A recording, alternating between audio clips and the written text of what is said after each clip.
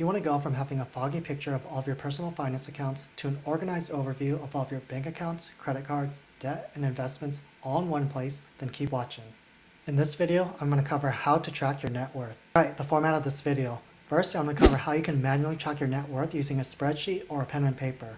I know, spreadsheets are really boring, but stay to the end of the video to see why doing this at least once will completely change how you view your finances. And next, I'll cover how you can automatically track your net worth for free. Hey guys, what's going on? If you're new here, my name is Davis and welcome to my channel. Tracking your net worth can feel daunting at first. There's two ways that you can track your net worth, with the second one being the easiest. The first way, which is how I started tracking my net worth, was using a spreadsheet, or you can just use a pen and paper, whichever is easiest for you. At that time, I tracked just 7 things: checking, savings, cash, credit card debt, student loan debt, my car value, and then my workplace retirement account. Here's an example of what I used to do.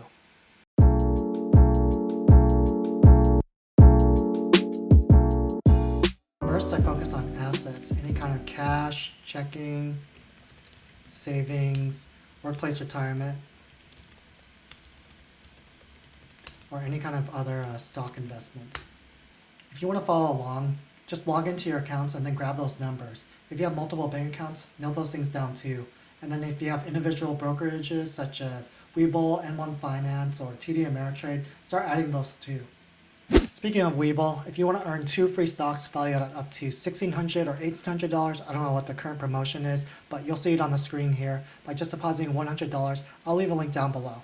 So for my example, let's pretend like I have $500 in cash, and then $2,500 in checking, $8,000 in savings, $5,000 in workplace retirement accounts, $2,500 in my Webull account, and then 0 real estate, and then $1,000 in crypto. So if you have real estate or crypto, you can add those on too, because those are all part of your assets.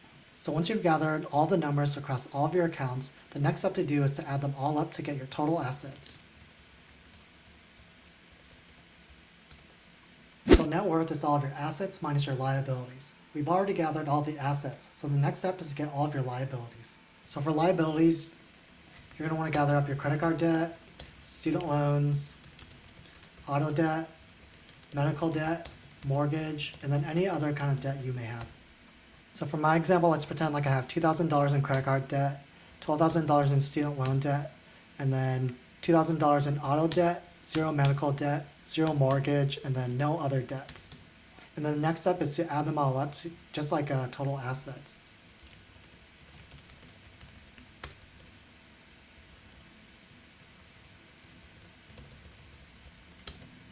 And then the last step is to do the difference between assets and then liability. So you just do assets, which is $19,500 minus your total liabilities. So in my example, my total net worth is $3,500 because I have total liabilities across all of my accounts at $16,000 and my total assets is $19,500. Not bad for a new college grad. Let me know down in the comments below if you have any kind of questions about tracking your net worth this way. This is a really great way for me to start tracking my net worth, as it was really simple, but over time it became really cumbersome and too manual. So in the next section, I'll teach you how to automate this entire process. I know this process seems very tedious and a bit cumbersome because you're going to have to log into each of your accounts, but the big benefit of doing it this way is it's going to force you to become extra familiar with all of your bank accounts, student loans, and your workplace retirement accounts. If you're anything like me, when I first started and got out of college, I was the type of person who avoided checking my credit cards, logging into all these kinds of accounts. But by tracking my net worth, it really forced me to log in, get these numbers, and get really familiar with all of my accounts. First method is very manual, but the second method is way easier and what I've been doing for years.